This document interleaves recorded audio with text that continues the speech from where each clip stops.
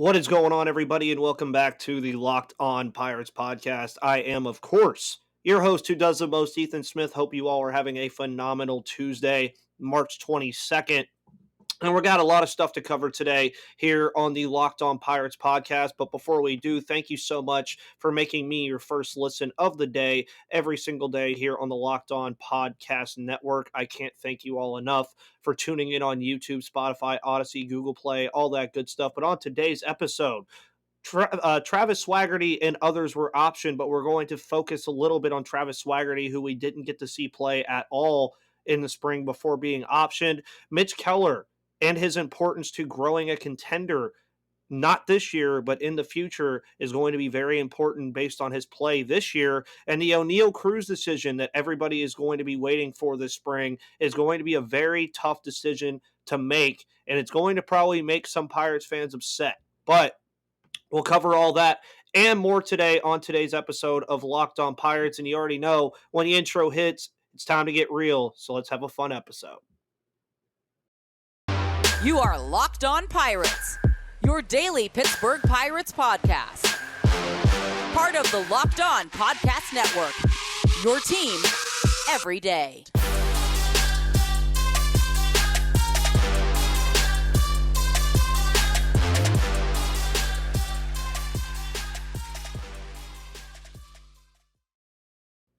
All right, everyone, and welcome back to the Locked On Pirates podcast. I am, of course, your host who does the most, Ethan Smith. Hope you all are having a phenomenal Tuesday, as I mentioned before, and spring training is ramping up. The Pirates will, of course, play the Orioles today at 1:05. We have a nice little starting lineup that could look a lot like what we could see on opening day. We have Cole Tucker, Brian Reynolds, Ke'Bryan Hayes, Yoshi Tsutsugo, Roberto Perez, Michael Chavis, Greg Allen, Ben Gamel, and Jose Quintana, of course, will get the start in his Pirates debut.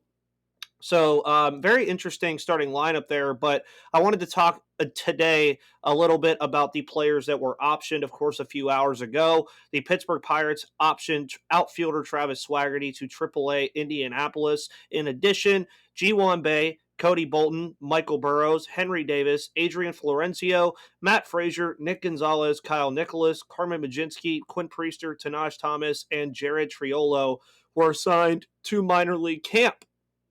So that's very interesting because with the Travis Swaggerty thing, there was just no game notes. There was no pictures of him on social media. There was nobody that ever said anything about him arriving in Bradenton. It's a very interesting thing. And if you guys remember when I had him on the podcast a few weeks ago, maybe a little bit over a month ago by now, he said he was healthy. He was ready to go. And he said the same thing last year, too. He was ready to go at the end of the year, and they didn't activate him.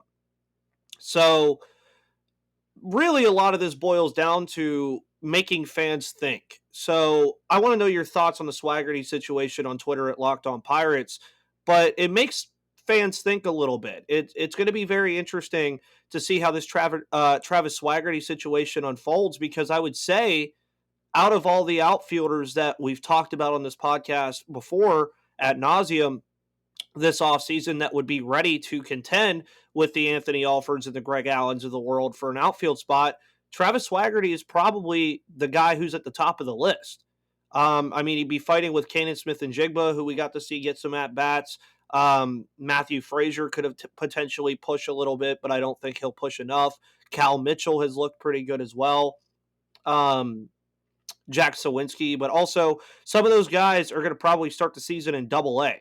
So they're not going to be like really big impact players unless they have kind of a Roenzi Contreras-esque kind of season. And the Travis Swaggerty thing, again, it's just odd because there's so much hype around him. He was a first-round pick. He's a very good outfielder defensively. If the bat comes along, I think he has the chance to be a phenomenal outfielder.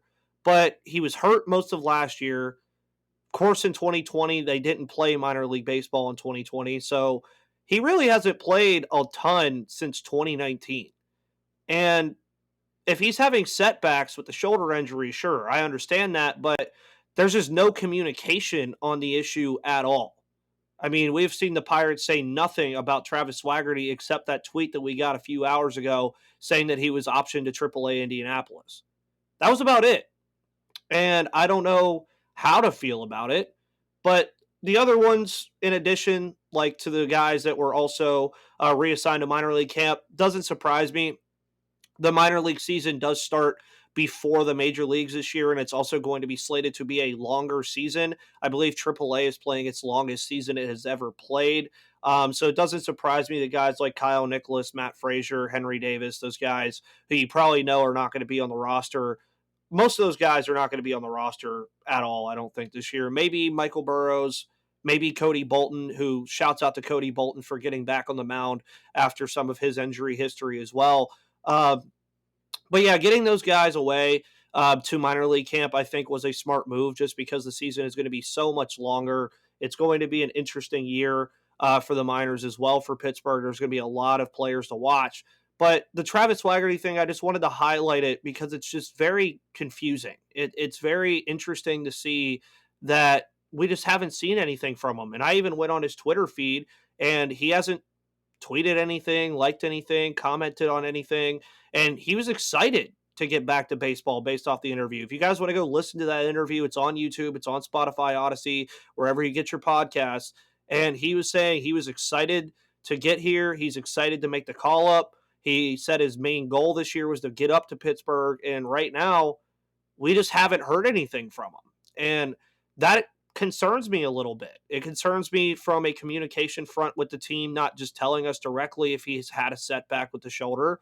It concerns me for a number of reasons that we just haven't seen him. He was in no game notes, just nothing. Like, I mean, Travis Swaggerty, as of right now, is a ghost. You just haven't seen him. And it's not like he's getting traded or anything. It's not like they're like holding him back because he's going to be gone. But I mean, I'm sure we'll see him soon enough. And it appears that even a lot of reporters don't know either. They just are relaying the news here.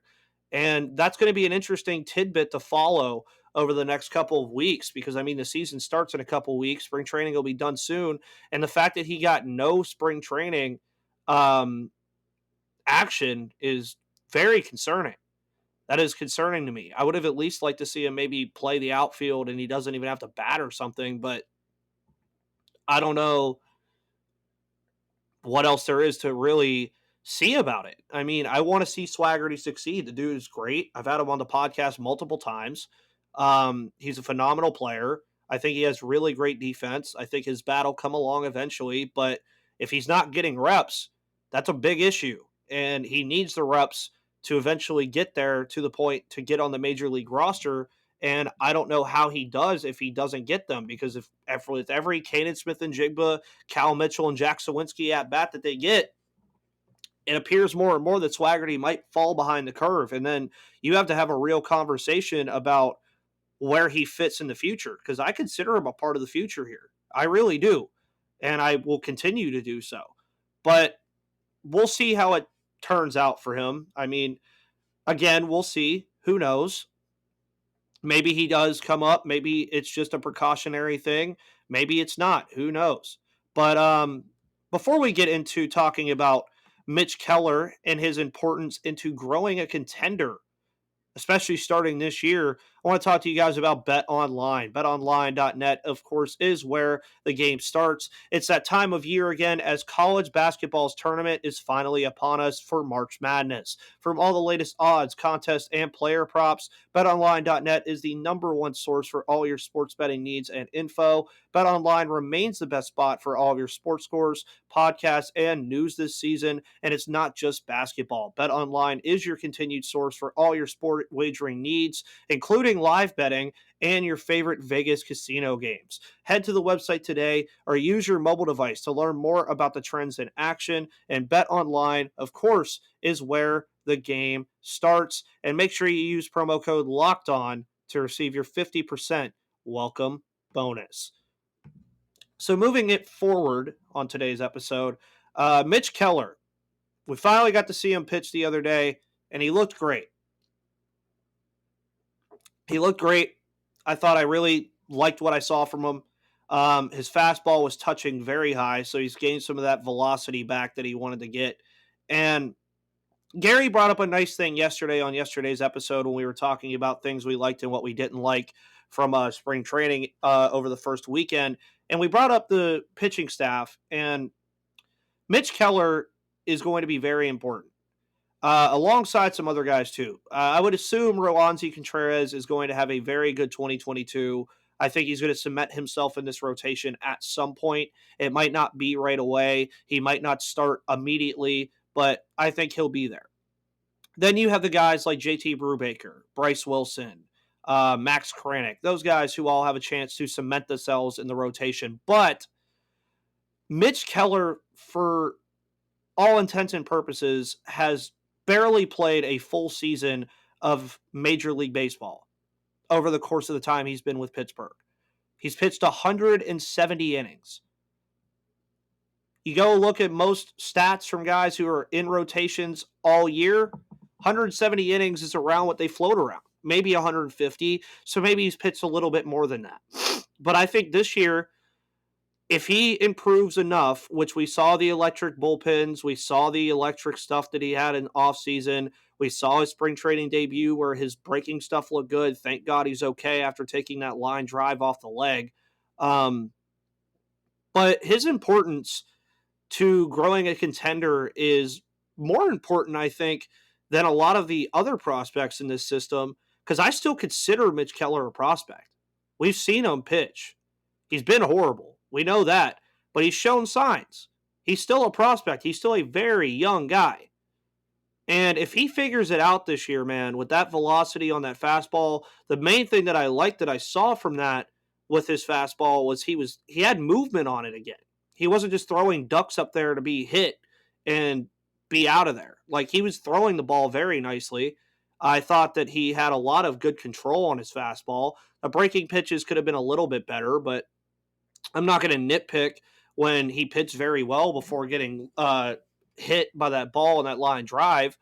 But again, I mean, the thing is with Mitch Keller, if he becomes a stable part of this rotation or even a number one guy, to be completely optimistic, how do you go into 2023 with Mitch Keller, Roansy Contreras, and then we'll just say JT Brubaker or one of those other pitchers that looks very good, and not add to that rotation alongside with the fact that Quinn Priester will be farther along, Carmen Mlodzinski will be farther along, Michael Burrows will be farther along, Miguel Yajure, who's recovering from his injury, will be farther along.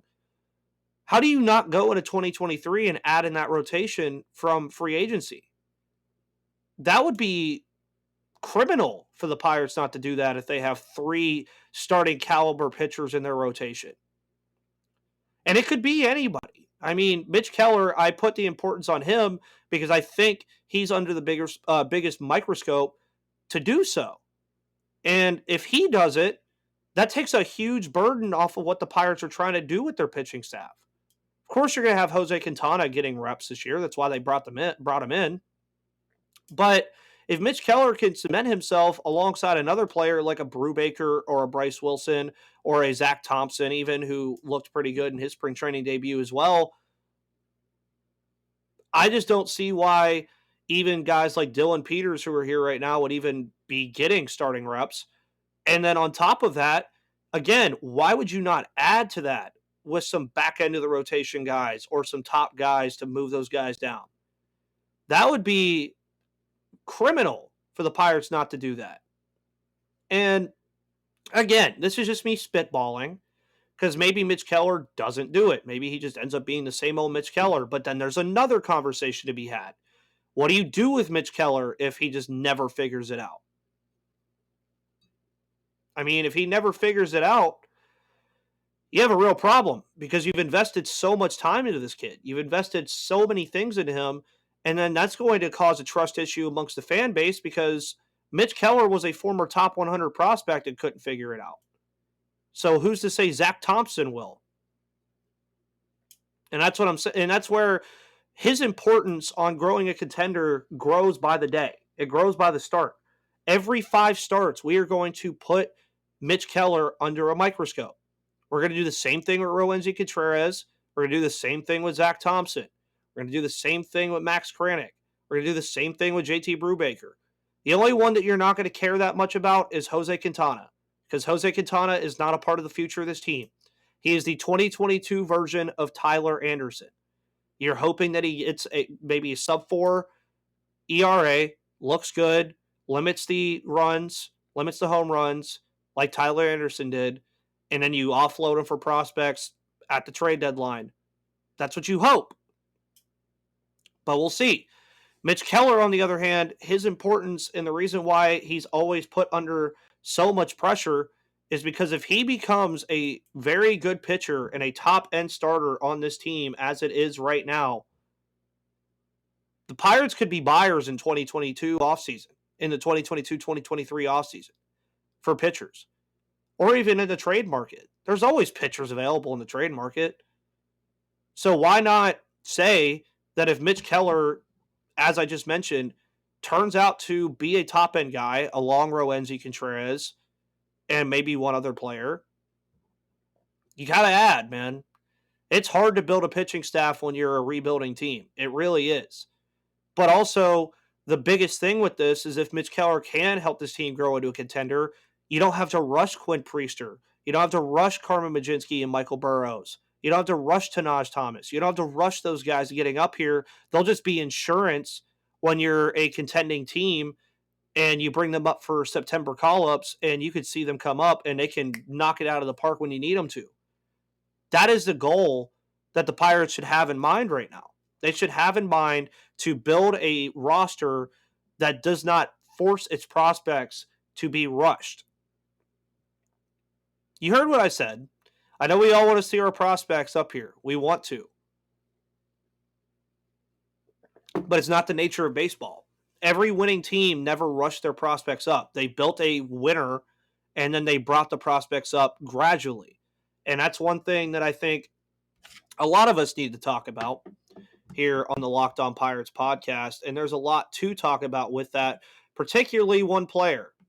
And that's Oneil Cruz, who's looked phenomenal this spring training. But before we get into that, today's episode, of course, is brought to you by Rock Auto. Rock Auto, of course, has all the parts your car will ever need with the ever-increasing numbers of makes and models. It's now possible for your local chain auto parts store to stock all the parts you need. Why endure often pointless or seemingly intimidating questioning and wait while the person behind the counter orders the parts on their computer, choosing the only brand their warehouse happens to carry? You have computers with access to rockauto.com at home and in your pocket. Save time and money when using Rock Auto. Rock Auto is a family business serving do-it-yourselfers for over 20 years. Rock Auto prices are reliably low for every customer, and they have everything that you could need from brake parts, tail lamps, motor oil, and even new carpet. Go explore their easy-to-use website today to find the solution to your auto parts needs. Go to rockauto.com right now and see all the parts available for your car or truck. Right, Locked On in their How Did You Hear About Us box so they know that we sent you. Amazing selection, reliably low prices, all the parts your car will ever need. That is rockauto.com.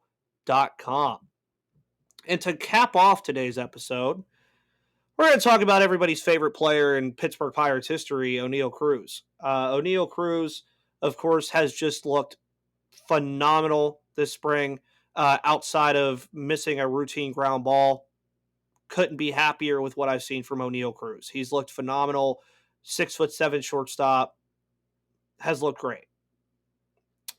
The decision on him is going to be hard. And there's a reason for that. Because either way, it's going to make somebody mad. And I'm going to explain why. We'll start with the obvious reason why it would make most fans mad.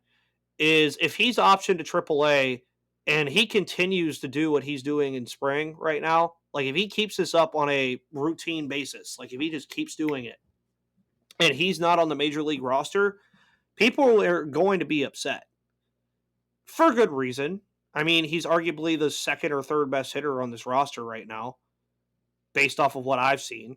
Brian Reynolds, of course, being first. I mean, Brian Reynolds is going to be the best hitter on this roster until proven otherwise. But Oneil Cruz, if he continues to do what he's doing right now, I mean, that home run he hit yesterday, man, I can't even explain it. Like, I literally saw that video where somebody was recording on their phone and recorded it, and the person in the background said, Jesus Christ. I was like, yeah, that's me every time he steps into the batter's box. The dude's an enigma. He really is. He's 6'7" and plays shortstop. You don't see that very often. Aaron Judge is like the only other player, position player in the entire league that is even near that height, I think. There's probably other guys that are close, but I don't have all of that information laying out all the time, like how tall players are all the time. But to get back to the point, if Oneil Cruz is option to AAA, it's going to make people upset. But what was the point that I just made in the last segment? You do not want to rush prospects. Oneil Cruz was primarily in AA last year. He got the call up on the last weekend of the year, hit his first major league home run. It was great. It was like a Cinderella story. It was awesome. He's looked great in spring training. But as I would want to go ahead and say this. So say Kevin Newman and Cole Tucker are your starting second baseman and starting shortstop to begin the year. And Oneil Cruz is in AAA. And he's absolutely raking the baseball, which I would fully expect him to do in AAA. I think AAA, he would just tear the cover off the ball. But let's say Kevin Newman is batting 250. Say Tucker's batting 255, 260. How do you bench that? Especially with Kevin Newman's defensive prowess. It's really hard. It's hard to just say, okay, well, we have Oneil Cruz, bye. Like, Kevin Newman has been a starting shortstop on this team for a while now. And I expect him to probably still be the starting shortstop on opening day unless proven otherwise. Would I like to see Oneil Cruz called up? Yes. I think everybody would. But also, you have to factor in that this is the Pittsburgh Pirates. And they're going to manipulate his contract. So if they hold off long enough, they get an extra year of free agency due to service time. It's probably what's going to happen. He's probably going to sit in AAA for April and May. He'll probably come up in June. And that'll be that. Once he comes up in June, it'll be full sail. We'll just be flying high. But at the end of the day, I'm on both sides of the coin. Would I be upset if he gets optioned? Yes.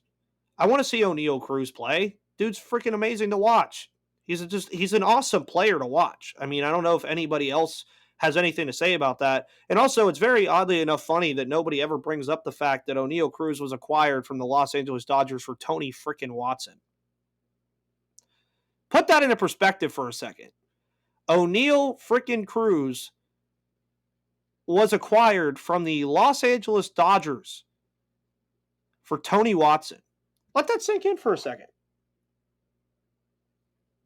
Pretty amazing stuff right there, right? And it just took a little bit of patience. That's what I think we have to do with Oneil Cruz too, is patience. And I tweeted about this yesterday. I got a little backlash from it. I love the home runs. They're awesome. But he needs to stop going after that low stuff, man. Like, he keeps going after these low pitches and ending up on one knee. And I understand you have the power, but even himself, he said with that home run he hit off of one knee, he said he didn't even know how he did it. That's not good. I mean, it's fun that he hit it, and it's great that he has that kind of raw power to just drive a ball like a golf ball out of the batter's box. But there's going to come a time, I think, where eventually he's going to stop doing that. Or he's going to have to. Because then pitchers are just going to attack him low because he's going to expect, oh, I've done this before. I can just golf it out of there again. And his strikeout numbers are going to go up. Or he's going to start chopping the ball. And that's the last thing that I want. Because a guy like Oneil Cruz, especially the height he is, he's going to get attacked low. I get it. But he has to attack high as well. Because I'm sorry, if you throw an elevated fastball on a 6'7" shortstop with raw power, you might not live to see the tail, man. Because Oneil Cruz might throw that right into the Allegheny. And we'll see. I mean, again, if he's on the MLB roster when the season begins on April 7th, I will be ecstatic. I'll be talking about it on the podcast, I'm sure. If he's not, I'll be talking about it on the podcast again, about him being in AAA. But I will bet you anytime I get the chance to watch the Indianapolis Indians play baseball, I will be watching it. Same thing with Roansy Contreras. If he's not here at the beginning of the year, which I fully expect him not to be, I'll be watching every single start he has in AAA. Because the thing is with Oneil Cruz and Roansy Contreras, those are the two guys that are definitely going to be here in 2022 at some point. But we have to temper our actions with wisdom here. Do not rush Oneil Cruz. Don't rush Roansy. If you want them to be good, because they are very freaking good, don't rush them. Be patient. If we have to wait 2 months and it's for the betterment of Oneil Cruz for 5 years, I'll wait those 2 months. If I have to wait for 3 or 4 for Roansy to be a better player in 2023, I'll wait those 4 or 5 months. We'll see, though. It's going to be a tough decision for Cherington, man. It's going to be tough. Because if Oneil Cruz, as I mentioned before, if he keeps playing like this right now, it's going to be a tough road trying to option Oneil Cruz based off of just the offense alone. And that's something this team really needs heading into 2022. But with all that said, thank you guys for making me your first listen of the day every single day here on the Locked On Pirates podcast. You can listen every day where you find your podcast. You can follow me on Twitter at MVP_Ethan, and you can follow the Locked On Pirates podcast at Locked On Pirates. On tomorrow's episode, we are going to be talking about the game today between the Pirates and the Orioles, as well as talking about Ke'Bryan Hayes and the impact he could have in 2022, as well as some more things that we could be looking forward to in spring training and anything else in the news cycle that comes out around the Pittsburgh Pirates. But until then, guys, thank you all so much for tuning in, and I will see you on the flip side.